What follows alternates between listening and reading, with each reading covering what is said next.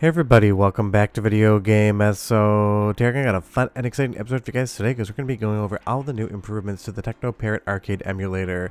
Because late last week and over the weekend they added support for Namco 246, which is the PlayStation 2 arcade version of the hardware released by Namco. And even though a lot of these games got ported over to the PlayStation 2 console proper, the arcade versions do have some changes and some games are exclusives. We're going to be getting into that.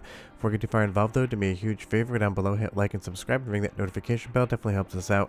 And if you feel so inclined and want to support the channel, we got a Patreon link down below as well. And just so you know, I will have a tutorial later on for this because getting play emulation set up via Teknoparrot isn't the hardest thing in the world, but it works completely different than anything else you've experienced in Teknoparrot, so it does take just a bit of knowledge. So I'll definitely be doing that later on. But honestly, getting these games incorporated in Teknoparrot is awesome because the play emulator front end definitely is a little bit cumbersome.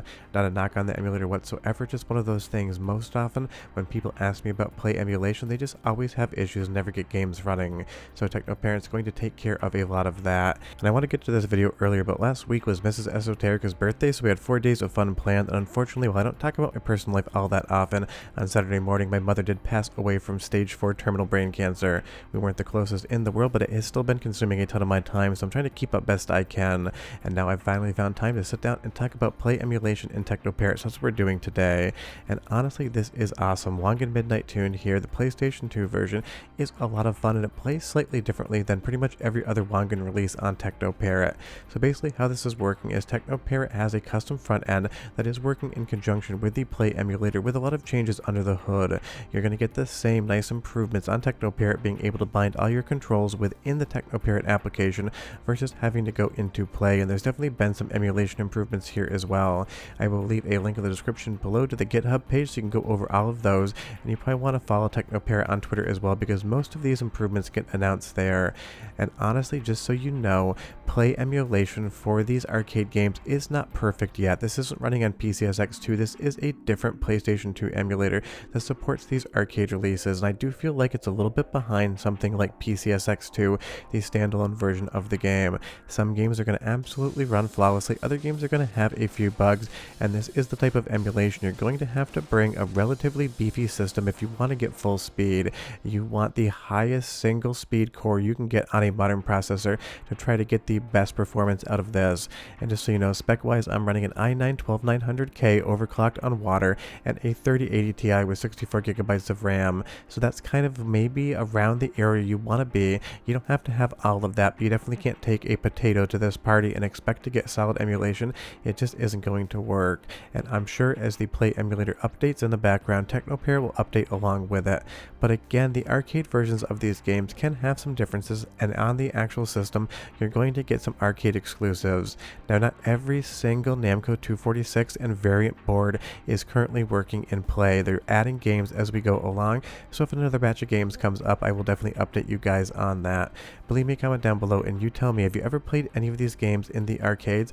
Did you even realize that PlayStation 2 was utilized as an arcade board? Because at this point in time in arcade history, a lot of the hardware is based on consoles, whether it's PlayStation 2, PlayStation 3, the original Xbox, even something like the GameCube with Triforce hardware from Namco, Sega, and Nintendo. It was a really weird era where basically custom arcade hardware was no longer made. They just take hardware off the shelf, kind of improve it or pivot on its design, stick it in a big metal box, and ship it as an arcade board.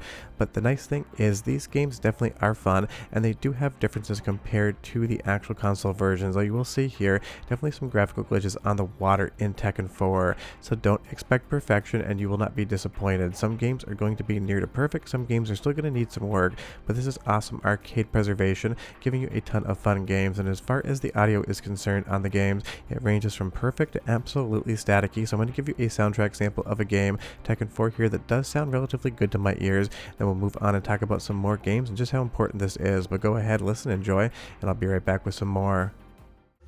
Coit. Round 1. Fight.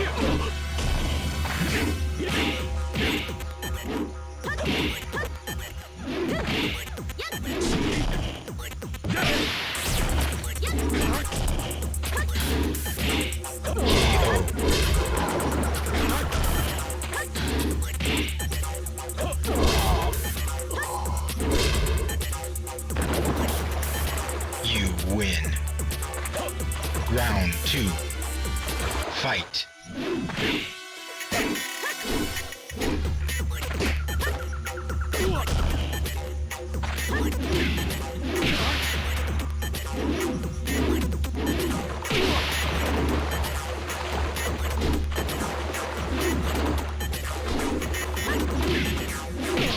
I mean, that sounds pretty close to accurate in my ears, but you will hear every once in a while a slight hitch in the audio, and that kind of comes with a hitch in the actual frame rate. It's one of those things. This still needs to improve emulation-wise. It's going to be a lot of fun, and if you pick the right game, you're going to have a good time with it, but just don't go in expecting 100% perfect emulation, and that will just make you happy, because even if you think about PCSX2, for every single game that is perfect, there's games out there that still have some bugs, still have some glitches and hitches in the emulation, because PlayStation 2 emulation is not a closed book. It is still absolutely being written, and there are changes coming all the time. But you can definitely tell there the developers at Namco chose their camera angles quite carefully to try to get you to put a few more quarters into the game until you actually have to continue, then you get stuck behind some boxes. Or something like Time Crisis 3 here. Of course, this came to the PlayStation 2, and you can play it on PCSX2, you can play it on real PlayStation 2 hardware, and it is one of my favorite games in the franchise. But the arcade version is a ton of fun, has some slight differences, and just basically gives you another way to play the game.